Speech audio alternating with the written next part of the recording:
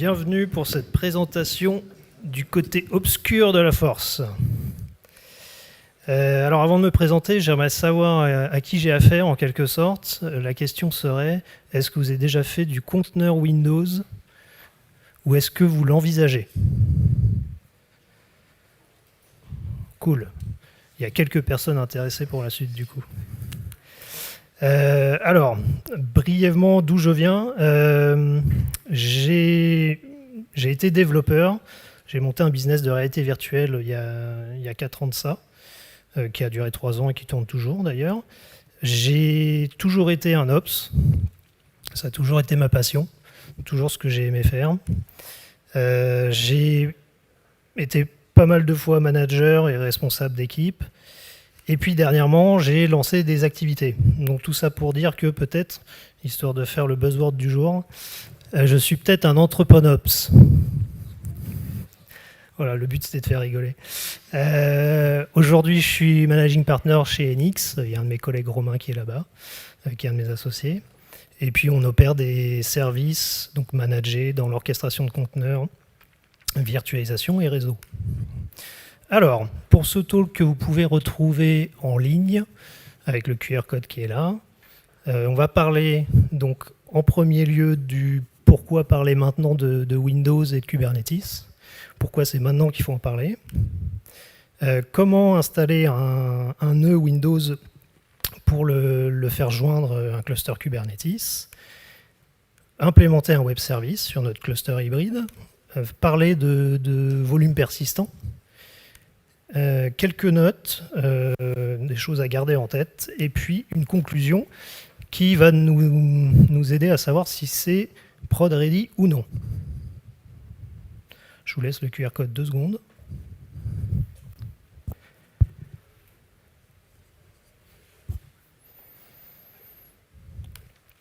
Alors, je mets pas mal de liens dans la presse, histoire que vous puissiez trouver les informations dont je parle. Et donc je vous invite je remettrai le QR code à la fin, mais c'est assez intéressant d'aller creuser tout ce qui se passe autour de cet écosystème.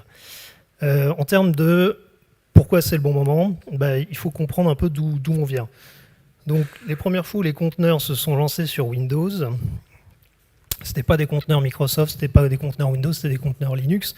Il y a Ubuntu Docker, généralement dans VirtualBox, et ça date de 2013. C'est un peu le début des conteneurs, on va dire, sur Windows. Je précise au passage, je ne suis pas un énorme fan du monde Microsoft, mais je trouve que c'est intéressant de parler de ce sujet-là.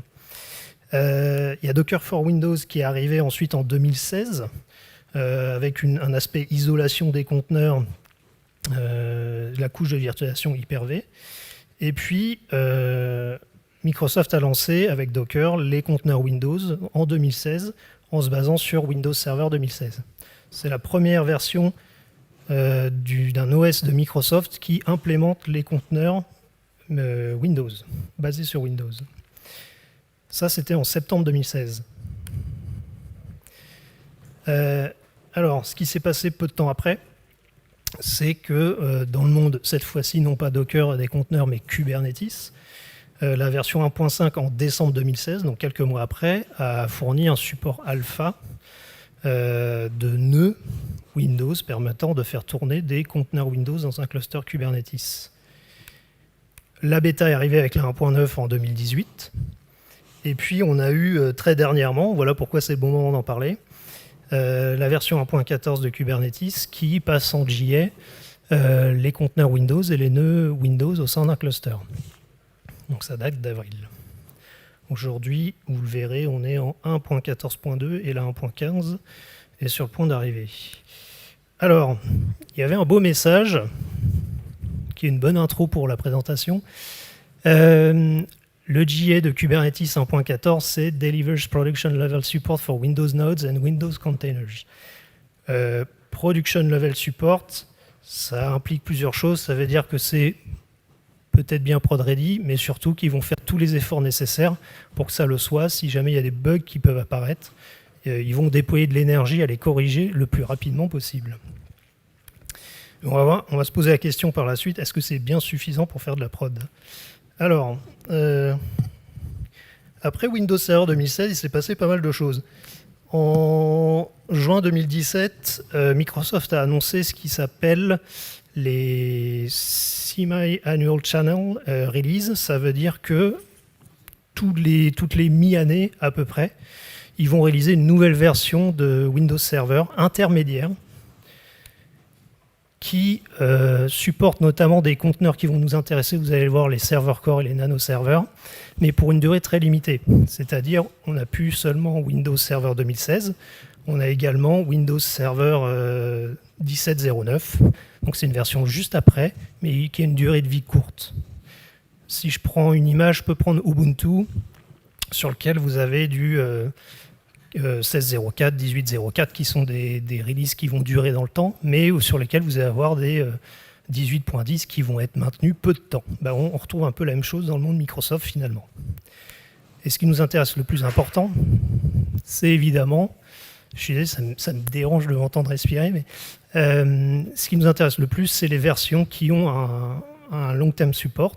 Donc Windows Server 2016, c'est le cas, mais surtout Windows Server 2019, c'est le cas aussi. Ça, c'est pour me rappeler de respirer.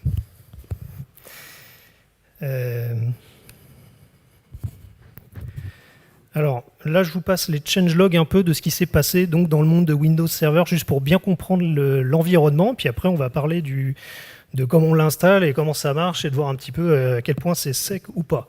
Donc après Windows Server 2016, 17.09, qu'est-ce qui s'est passé ? Ils ont diminué les tailles des conteneurs Windows, parce que le plus gros problème des premiers conteneurs Windows, c'est qu'ils faisaient facilement 10 gigas en taille. Donc 10 gigas le conteneur, ça commence à faire beaucoup. Ça fait beaucoup comme ça quand on en parle, mais ça fait beaucoup de données à transférer. Ça fait beaucoup de données à copier à chaque fois qu'on lance un nouveau conteneur. Ça ralentit beaucoup le process et ça le rend difficilement praticable. Sur le nano serveur, c'est 80% plus petit. Et puis, ils ont apporté la possibilité de lancer des conteneurs Linux avec l'option d'isolation Hyper-V. Ensuite, la 18.03, donc 6 mois après, rebelote. On a encore diminué la taille des conteneurs serveur core. Et amélioration de la compatibilité, puisque évidemment, le but de Microsoft dans cette histoire, c'est de supporter des applications legacy ou des applications développées récemment dans le monde Microsoft et de pouvoir les mettre en conteneur. Donc, ils ont étendu la compatibilité de leur conteneur avec le type d'application que vous pouvez faire tourner dedans. Il y a eu des améliorations de démarrage des conteneurs et de runtime, des modifications sur la couche réseau et, pour ceux qui ne sont pas fans du monde Microsoft, curl, tar et SSH qui commençaient à pointer le bout de leur nez. Alors, arrive donc Windows Server 2019 qui est arrivé très récemment en fin d'année dernière, début de cette année, et qui est un peu concomitant avec la 1.14 de Kubernetes. Le codename, c'est 18.09, en fait, de 2019. Ils ont implémenté une gestion de l'authentification à l'intérieur. L'authentification user, que je ne maîtrise pas personnellement, qui est très spécifique à Windows, est plus facilement utilisable à l'intérieur des conteneurs. Il y a eu des améliorations de compatibilité, et puis on a un nouveau venu, puisqu'il y a, si ce n'est pas clair pour vous dans le monde Microsoft, à l'image de ce qu'on fait sur des conteneurs Linux, donc vous faites from Ubuntu ou from Debian pour construire à partir d'un Dockerfile, votre image et votre conteneur qui contient votre application. Dans le monde Microsoft, il y a beaucoup de librairies à intégrer dans le conteneur, comme je le disais, ça fait plusieurs dizaines de gigas, donc ils ont séparé ça en deux types de conteneurs. Il y a le nano server et le server core. Le nano server, c'est vraiment le minimal syndical pour pouvoir faire tourner, taper des commandes du shell command line de Microsoft et puis faire vraiment des choses très très basiques. Dès qu'on veut faire tourner des applications .NET, on a besoin de server core. Et comme je disais, la stratégie de Microsoft, c'est de pouvoir onboarder dans ces conteneurs le maximum d'applications. Donc ils ont sorti une nouvelle image, après avoir réduit la taille 80%, 30%, etc. Ils ont ressorti une énorme image qui fait plus de 10 gigas et qui comprend encore plus de librairies. Donc qui permet de ramener des applications qui ont plus de dépendance et qui sont difficiles à mettre en conteneur. et des améliorations encore de perf. Alors ça, c'est un slide pour respirer, mais ça vous donne un peu l'état des lieux au niveau, entre guillemets, kernel, entre Linux et Windows. Vous voyez les C-groupes au niveau Linux et toutes les mécaniques qui peuvent exister. Je pense qu'il y en a une importante, si je peux avoir ma souris, c'est ici. Il y a une grosse différence au niveau, enfin il y a une grosse différence partout, mais dans le monde Linux, quand on gère des conteneurs, on utilise massivement l'aspect de UnionFS et de copy on write. Et ce qui fait que quand vous lancez un conteneur, c'est quasi immédiat. Même si vous avez un conteneur de 5 Go, il se lance en un claquement de doigts. Sur le monde Microsoft, c'est pas du tout le cas. À chaque fois que vous allez lancer un conteneur, ça va créer un disque NTFS virtuel et faire un paquet de symlink, et ça prend pas mal de temps sur les grosses images. Alors, un petit peu pour historiser tout ça. Donc Windows Server 2016, le vieux, son codename c'est 1607. L'image server core faisait 11 Go. Et l'image actuelle, donc pour Windows Server 2019, ne fait plus que 4,56 Go. Donc pour vous montrer un peu les efforts qui ont été faits pour rendre acceptables les tailles des conteneurs. Sur le nano server, qui est donc l'image la plus petite, elle faisait initialement, enfin j'ai essayé de retrouver une image la plus proche de Windows Server 2016, elle faisait 1,17 Go, aujourd'hui elle fait 250 mégas. Et ça fait un peu mal. Il y a une image Windows maintenant. Alors évidemment, il n'y a pas les GUI et tout ça, mais il y a un maximum de librairies à l'intérieur qui fait 13 Go. Et une autre chose que vous pouvez remarquer dans ce slide, c'est que, ça je vous le dis parce que je l'ai un peu vécu, vu que j'ai fait les premiers tests avec Microsoft quand c'était la 18.03 à peu près, les repositories Microsoft d'images officielles ont changé tous les 6 mois. À chaque fois, c'était une URL différente, etc. Donc il semble y avoir une normalisation aujourd'hui chez Microsoft. Ils ont un registry Microsoft mcr.microsoft.com et vous retrouvez dans Windows le server core, le nano server et l'image Windows maintenant. Alors, à propos des conteneurs Windows, il y a quand même quelques éléments à garder en tête. Des différences notables avec le monde Linux. Il n'y a pas de conteneurs privilégiés. Donc pour ceux qui ont l'habitude des conteneurs privilégiés sous Linux, qui sont bien pratiques pour déployer votre CNI d'habitude, vous lancez votre Flannel, votre KubeRouter, votre Calico via un daemon set, vous pouvez oublier ça dans le monde Windows puisqu'il n'y a pas de conteneurs privilégiés, donc vous ne pouvez faire tourner que du workload traditionnel. Sous-entendu, on va devoir lancer du CNI par un autre moyen, et lancer kubeproxy aussi par un autre moyen si on voulait le lancer via un daemon set. Autre différence notable, il n'y a pas d'OM killer dans le monde Windows. Donc là où sur une install kube Linux habituelle, vous allez avoir du swap désactivé et Linux qui va faire son travail de killer les apps qui consomment quand on arrive à être au bout de la mémoire. Sur Windows, ce n'est pas du tout le cas. Le swap, entre guillemets, l'équivalent du swap, n'est pas désactivable. Et du coup, vous n'avez pas trop de maîtrise de la performance des ressources mémoire pour éviter que ça aille en swap. Donc la bonne pratique pour contrevenir à ça, c'est déjà de donner des réservations de mémoire pour kubelet et kubeproxy. Donc leur dire, voilà, il y a tant de gigas sur machine que je veux garder pour kubelet et les outils Kubernetes. Et ensuite, chacune de vos applis, pensez bien, de toute façon, il faut le faire dans le monde Linux aussi, mais là, c'est vraiment encore plus important. Il faut limiter les ressources nécessaires et faire des requests de ressources, donc dire, j'ai besoin de tant de CPU, j'ai besoin de tant de mémoire, surtout, pour que l'ordonnancement et l'orchestration de Kubernetes puissent faire correctement son boulot. S'il y a des choses où je ne suis pas clair, je suis dispo après le call où on essaiera de faire des échanges parce qu'il y a beaucoup d'informations à récupérer de ce retour d'expérience. Le UnionFS, copy on write, j'en ai déjà parlé. Tout ce que vous connaissez comme astuce du genre le host path, un pod qui va monter un répertoire du host, ça dans le monde Microsoft, ça n'existe pas. Donc il y a plein d'astuces comme ça, de passerelles entre les conteneurs et le host qui ne sont pas possibles. Et puis il y a surtout un point très important. Vos versions de conteneurs correspondent à une version de Windows et il y a un couplage très fort entre les deux. Donc par défaut, vous ne pouvez faire tourner que des conteneurs 18.09 sur un Windows Server 18.09. Ça, c'est par défaut. Il y a des astuces, où notamment il y a deux façons de lancer des conteneurs dans le monde Microsoft.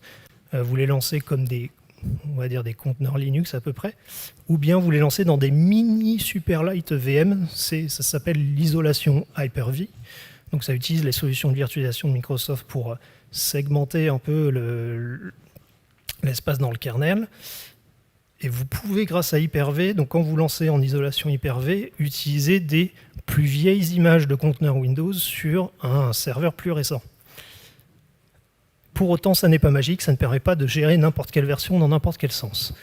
Donc là, je vous invite à aller voir le lien qui est dans ce slide pour aller voir un peu les correspondances. Mais en gros, ça veut dire, si vous lancez dans le monde Microsoft, il faut choisir vraiment pour le long terme la version de Windows que vous allez utiliser. Et là, en l'occurrence, un bon choix, c'est Windows Server 2019, puisqu'il y a un support pour les 5 prochaines années dessus. Bon. Alors maintenant, on va jouer un peu et parler de ce qu'on peut faire tourner sur un cluster hybride. Donc, il me faut un cluster, évidemment, un nœud Windows, bon, que là je vais faire tourner en machine virtuelle, en l'occurrence sur OpenStack. Cette version de Windows que je lance, c'est donc une Windows Server 2019 Data Center, évaluation. Data Center, ça veut dire qu'il n'y a pas de GUI. J'ai 0 GUI, j'ai juste un pauvre terminal si jamais je me connecte en remote desktop. Mais de toute façon, je ne vais pas utiliser ça, vous allez le voir. Vous avez en bas là, les 10.0.17, 763 et tout. C'est vraiment la façon de savoir exactement quel build de Windows vous avez. Et généralement, à des builds bien précis correspondent des images de conteneurs Windows bien précises. Alors, comme j'ai pas envie de m'embêter et que je suis pas forcément le plus grand fan du monde Microsoft, évidemment sur ce nœud, je vais mettre du SSH, gestion des private keys, histoire de pouvoir faire, dès que je lance ma VM, SSH root, l'IP de la VM, et boum, je me retrouve sur la machine avec la command line. Et derrière, je vais utiliser massivement, je sais pas si c'est une bonne nouvelle, PowerShell. Alors PowerShell, il y a beaucoup de choses à en dire. Qui utilise un peu de PowerShell? Pas beaucoup de monde. Qui aime PowerShell? Une personne. Alors, je ne vais pas critiquer, hein, c'est pas le but de critiquer PowerShell, mais c'est vrai que tous ceux qui viennent du monde Linux, déjà, ont pas mal de mal à arriver sur ce shell, qui pour autant vous permet, comme je viens de le dire, en faisant SSH root sur l'IP de la machine Windows, d'avoir un contrôle quasi total de la machine. Édition de base de registre, lancement de mise à jour de Windows Update, configuration de à peu près tout ce que vous voulez. Donc si vous voulez administrer aujourd'hui un nœud Kubernetes Windows sans PowerShell, j'oserais dire que vous êtes foutu. Alors après, il y a deux choses à savoir, c'est que PowerShell, quand on creuse un peu, ce qui est shippé dans les Windows actuels, c'est PowerShell 5, et il existe un PowerShell 6, qui se lance avec d'ailleurs un nom différent, BWSH. PowerShell 6, c'est la nouvelle stratégie de Microsoft. On va avoir un PowerShell qui marche sur Windows, sur Mac, sur Linux. C'est un shell comme les autres, qui est censé marcher partout, qui utilise toutes les mécaniques de PowerShell. Seul problème, c'est que PowerShell 5, il y a à peu près, 2500 commandes supportées. PowerShell 6, il y en a 650. Et donc, dès que vous administrez pour de vrai un serveur, PowerShell 6, ça ne sert pas à grand-chose. Voilà, ça c'est un petit retour d'expérience. L'installation de Docker aujourd'hui sur un Windows Server 2019, c'est ultra simple. C'est 3 lignes de commande, un restart, et ça juste marche. Donc, si vous posez la question de savoir si les conteneurs c'est prod ready sur Microsoft, Windows Server 2019, pour moi la réponse est clairement oui. Ça ne veut pas dire que ça va être parfait, mais dans le monde Linux non plus, Docker n'est pas parfait. Et il y a même une volonté de Microsoft de supporter CRI-O derrière, en compatibilité avec Kubernetes. Donc de sortir de cette dépendance de Docker pour faire tourner Kubernetes. Pour installer votre nœud, à partir du moment où vous avez un nœud Windows sur lequel vous avez accès à PowerShell, donc il y a un magnifique guide écrit par Microsoft qui est quasi complet et quasi à jour.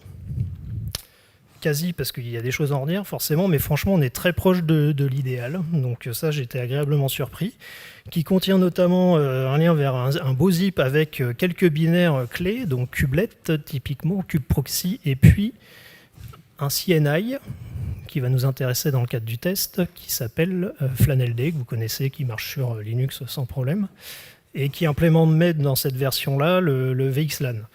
Alors pour ceux qui ne sont pas spécialistes du réseau, VXLAN c'est un truc très largement utilisé dans beaucoup d'installations Kubernetes. Ça n'est pas systématique, c'est pas forcément conseillé dans tous les cas, mais c'est une bonne zone de test, parce que c'est plus compliqué à mettre en place que d'autres fonctionnements réseau. Sont intégrés également dans Zip pas mal de helpers, donc des scripts PowerShell qui vont en gros vous spawner votre nœud, faire un join de votre nœud sur le cluster Kubernetes, et notamment un point important, ça va même vous aider à les transformer en service Windows. Donc, comme je l'expliquais tout à l'heure, Flannel, on ne peut pas utiliser de daemon set pour le faire tourner. Donc on est bien content d'avoir une gestion à la systemd, mais Microsoft, pour pouvoir faire tourner Flannel, kubeproxy et kubelet. Il y a aussi quelque chose d'intéressant qui n'était pas là il y a 6 mois. C'est que Kubernetes a besoin d'un pod conteneur pause. Alors, sans rentrer dans l'explication de Kubernetes, vous avez besoin d'une sorte de conteneur générique qui tourne un peu tout le temps dès que vous gérez des pods.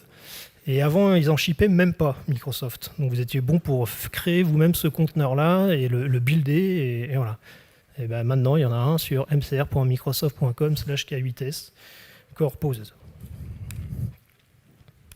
Alors, le cluster du test, très simple, un master, un nœud Windows, un nœud Linux. Et si je ne m'abuse, voilà.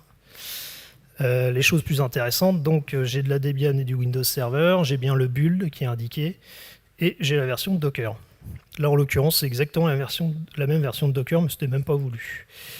Quand vous avez des nœuds, donc Linux, Windows, vous avez un problème de scheduling quand même à gérer. C'est que si vous demandez à un pod qui fait tourner un conteneur Windows pour faire un service web, Kubernetes ne va pas savoir forcément qu'il faut le lancer sur un nœud Windows. Donc si vous lancez votre pod ou votre déploiement, ça va le scheduler sur un nœud Windows ou un nœud Linux. Donc vous êtes obligé d'ajouter évidemment, c'est la façon de faire traditionnelle Kubernetes là pour le coup, sur votre nœud, rajouter par exemple un taint qui précise que c'est une version Windows 18.09 et qui fait que rien n'est schedulé dessus. Donc là, dans ce cas-là, tout ce que vous schedulez par défaut ira sur les nœuds Linux et il faudra préciser via une toleration et un autre sélecteur le fait que vous voulez aller sur des nœuds Windows. On peut imaginer l'inverse, bien évidemment. Si vous voulez que par défaut ça lance sur des nœuds Windows et qu'en option ça puisse se lancer sur des nœuds Linux, c'est faisable. Il n'y a pas en tout cas de fonctionnement magique dans Kubernetes qui permettent d'aiguiller vos pods à droite ou à gauche. Donc c'est à vous de le préciser, à vous de choisir votre stratégie de scheduling. Alors, là le but c'est d'avoir un petit web service qui démontre un peu l'intérêt de l'hybridation Windows-Linux. En très bref, ça lance un conteneur serveur core que vous voyez ici. Ça lance un PowerShell avec une tétrachier de choses PowerShell pour faire juste un serveur web qui répond sur le port 80. J'utilise le podname dedans et puis, comme je le précisais tout à l'heure, je veux lancer ça sur un nœud Windows avec une toleration. Donc ce qui se passe dans les faits sur notre cluster, donc là vous avez les deux nœuds, le nœud Linux et le nœud Windows. Quand vous allez lancer ce déploiement, il va y avoir 2 réplicas, un web server, WinWeb Server avec les noms habituels que vous avez sur du cube, et puis un service qui est créé là-dessus.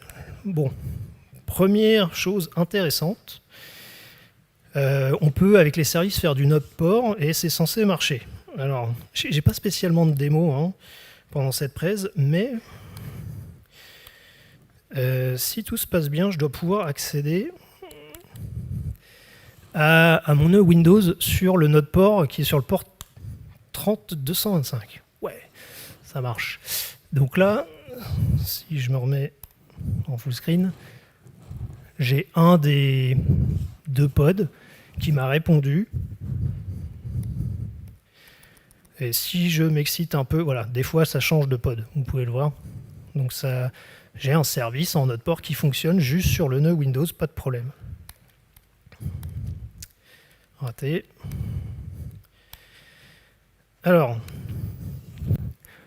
donc dans les trucs un peu internes, et pour faire le comparo Microsoft Linux, à gauche vous avez donc votre kubelet qui tourne en tant que service Windows, kubeproxy, et votre plugin réseau, en l'occurrence Flanel.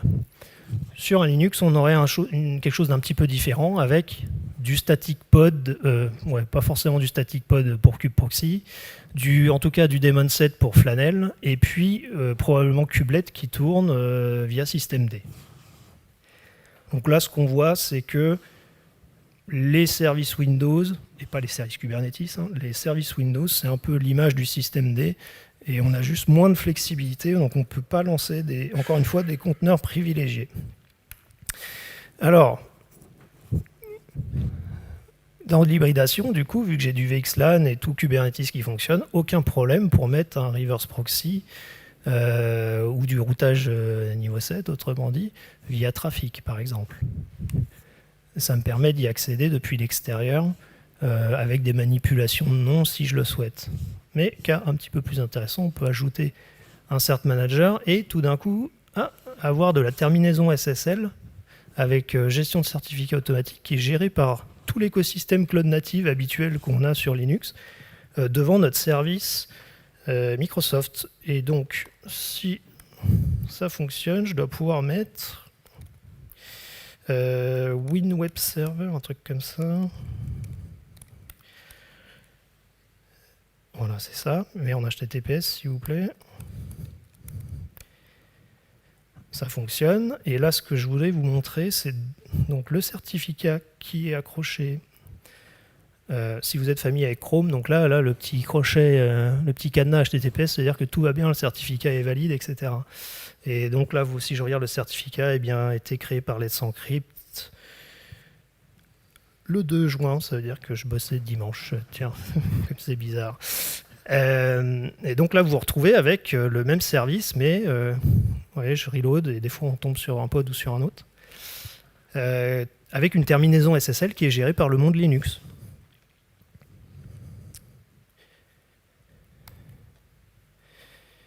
Voilà, ça c'est un exemple d'hybridation où on comprend bien qu'on pourrait mettre du legacy sur le Windows qui profite de toutes les dernières technologies de routage, de haute disponibilité, de déploiement canari, de tout ce que vous voulez dans le monde, enfin de tout ce qui est traditionnel dans le monde Kubernetes via cette hybridation. Évidemment, vous pouvez avoir des applications récentes Microsoft qui tournent de la même manière. Bon, après, il y a certaines choses à savoir, c'est que on n'a pas autant de détails de ce qui se passe au niveau Microsoft aujourd'hui. Donc Metrix Server fonctionne, mais typiquement c'est Advisor qui vous permet d'avoir un peu des précisions sur tous les conteneurs qui tournent et ce qui se passe pour eux, n'est pas supporté pour les nœuds Windows. Ou n'a pas le support des nœuds Windows, plus précisément. Voilà. Ça c'était pour le service web. Donc là on va parler un peu de stockage persistant. Donc dans Kubernetes 1.14, plus précisément dans le kubelet Kubernetes 1.14, il y a une gestion in-tree, ça veut dire que c'est fourni par l'équipe Kubernetes et c'est implémenté par l'équipe Kubernetes, la gestion automatique des disques et du formatage en NTFS de volume persistant. Il y a aussi du support au lieu d'avoir du bloc storage qui est formaté, on peut aussi avoir du file base de Samba à la même image que du NFS. Et on peut avoir aussi notamment du block-based avec de l'ISCSI. Tout ceci, également Elastic Block Storage d'Amazon est en cours d'implémentation, mais ce n'est pas encore dispo. Tout ceci donc, est possible grâce à des plugins de stockage, comme il se fait traditionnellement chez Kubernetes. Mais point notable, on n'est pas prêt dans le monde Microsoft à faire du CSI. Donc si vous ne le savez pas, dans le monde Kubernetes, aujourd'hui, pour gérer des plugins de stockage, on utilise l'API CSI, Container Storage Interface. Et donc c'est une migration en cours qui est quand même bien avancée dans le monde Linux. Il y a beaucoup de drivers qui sont maintenant en CSI. Les flex volumes sont l'ancienne façon de faire, et malheureusement ou heureusement, j'en sais rien, dans le monde Microsoft, on ne fait que du flex volume pour l'instant. J'en reparlerai un peu après. Donc si j'avais un persistant de volume ISCSI dans le monde Linux, je pourrais le décrire de cette façon-là. Et la différence dans le monde Windows, il n'y en a pas vraiment, sauf qu'on utilise du flex volume.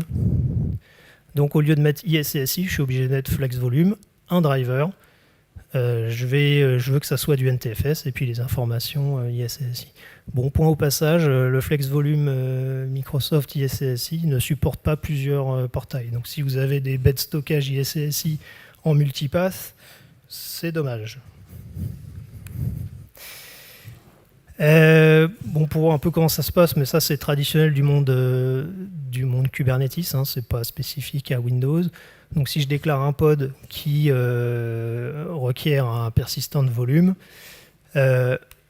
mon pod va être schedulé sur le nœud Windows à un moment donné, et c'est à ce moment-là que Kubelet va aller accrocher votre volume ISCSI sur le nœud Windows.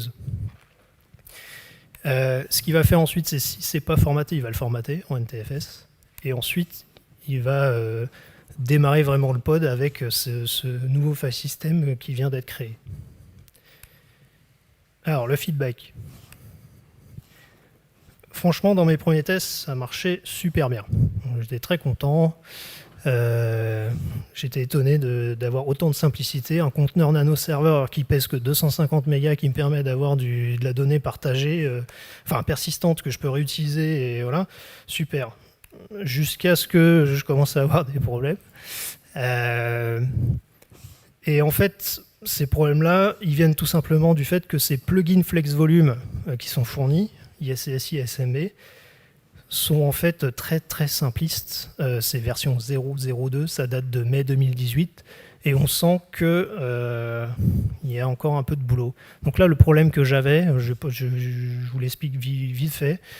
J'ai un pod qui a dû se faire dézinguer, et l'unmount du ISCSI, donc le détachement du file system du device SCSI n'est plus possible parce que l'ISCSI, la couche s'est déconnectée, et du coup le driver en l'occurrence est perdu. Il ne sait pas le faire, il doit monter quelque chose, mais la ressource n'est plus là, et donc il n'y arrive pas, et il bloque toute la couche SCSI.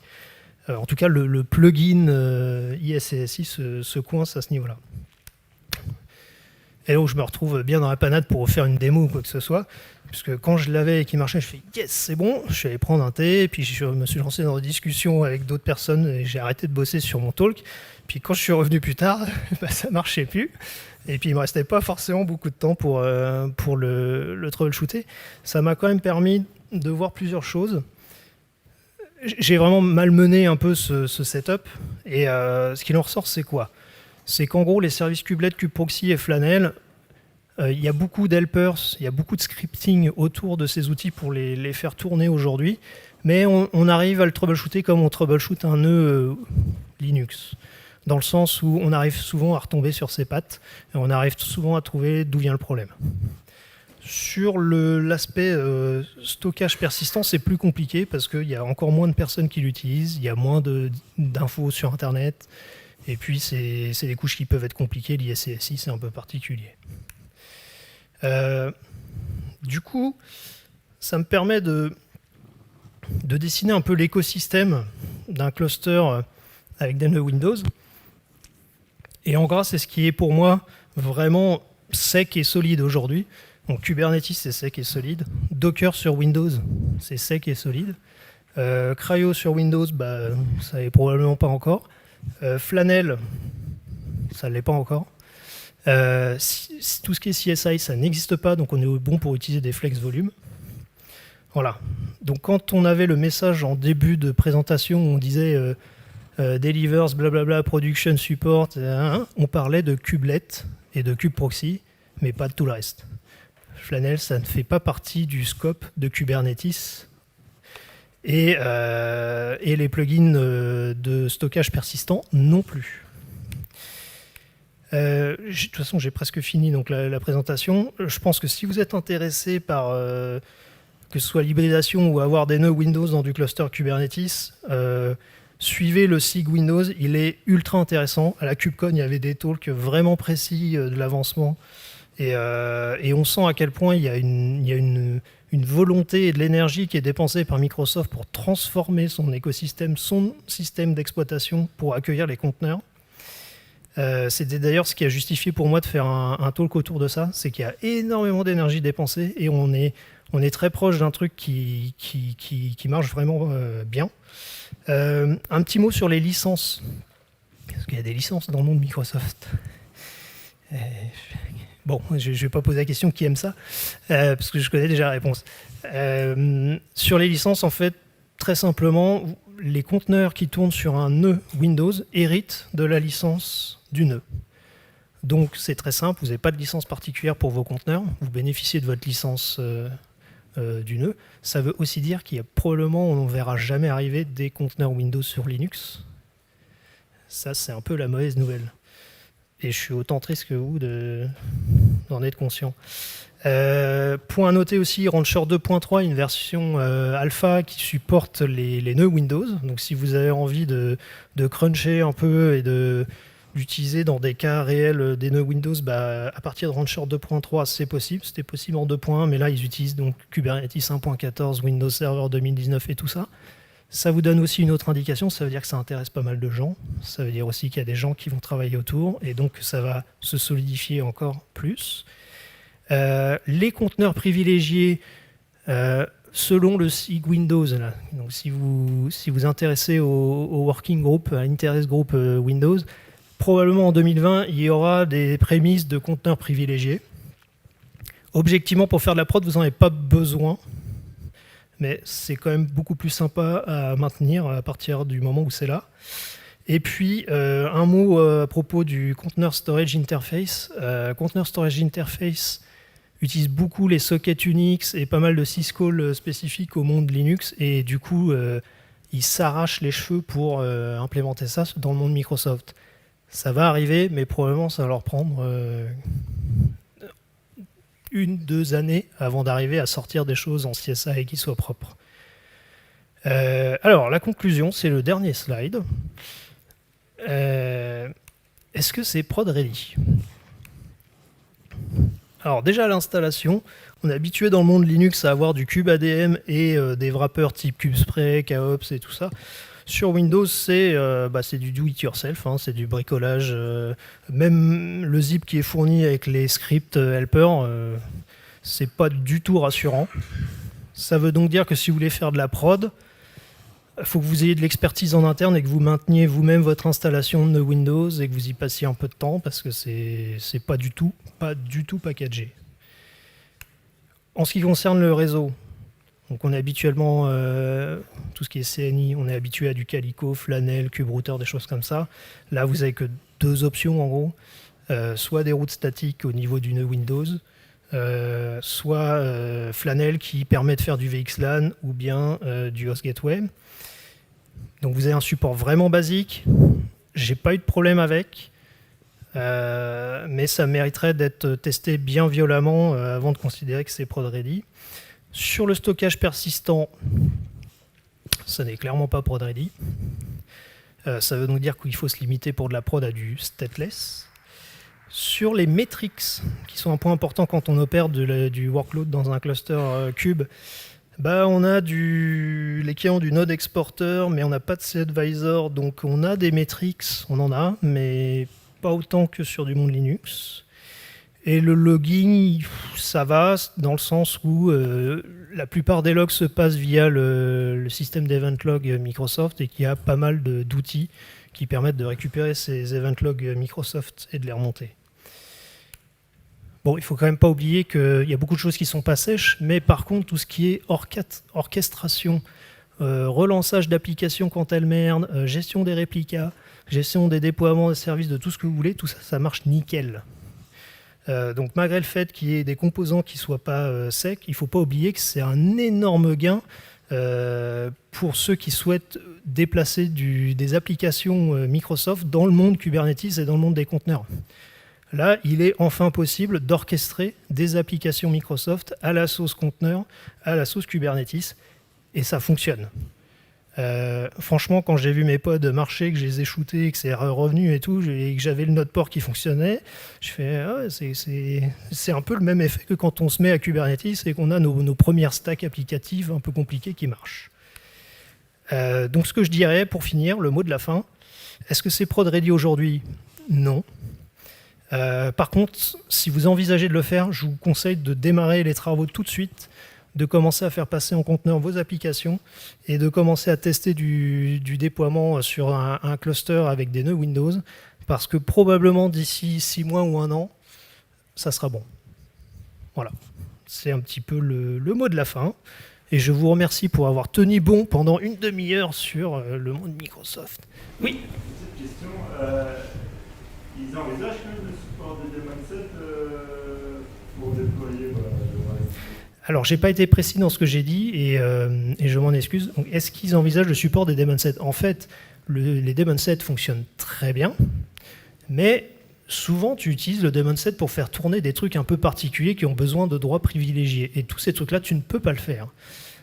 Donc, pour préciser, les Daemon 7, ça marche déjà, mais tu ne peux lancer que des conteneurs sans droit particulier. Les conteneurs avec droit particulier, ça arrive, ce que je disais dans un des slides, aux environs de 2020. Voilà.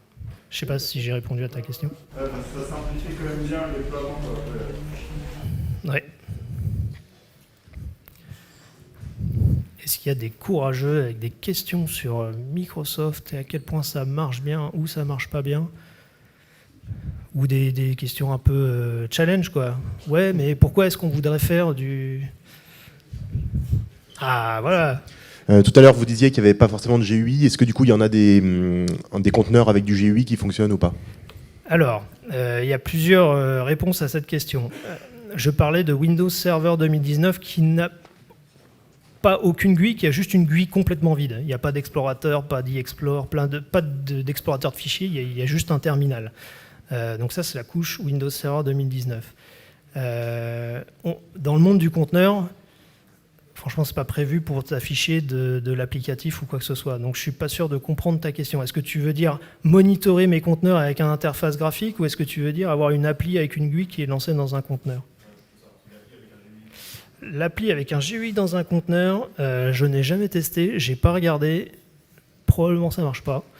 Mais dans le monde Kubernetes, c'est rare que tu veuilles déployer et orchestrer des conteneurs qui ont ensuite une interface graphique. Donc, c'est pas un problème dans le cadre de Kubernetes, je trouve. Il y avait une autre question. C'était la même. Et ben voilà. Écoutez. Ah.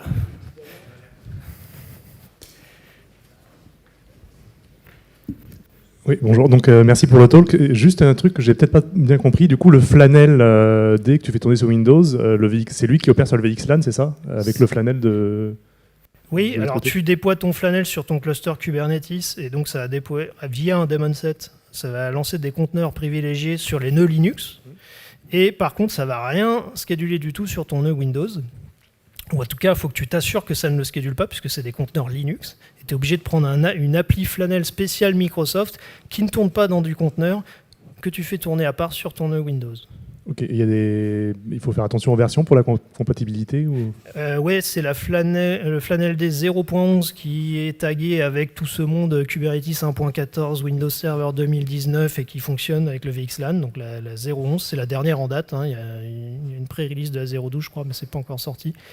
Et ce qu'il faut espérer si on veut faire du Microsoft, c'est qu'il y ait d'autres solutions, pas que Flanel, qui arrivent pour qu'il y ait un peu de ping-pong et des gens qui l'utilisent et que ça rassure un peu l'industrie sur le sujet, quoi.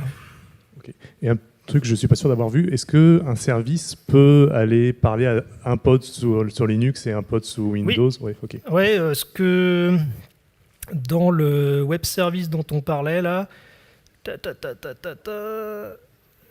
ici, tu as donc un pod Traffic Ingress Controller, donc un trafic, Ouais. sur le nœud Linux qui arrive à communiquer avec les pods ou bien le service à côté. Ok. Mais juste le service, du coup, lui, il est sur 2 pods Windows et c'est possible d'avoir un pod de chaque? Il est sur... Ah, tu peux totalement faire ça, oui, il n'y a pas de problème. Voilà, c'est la fin. Merci.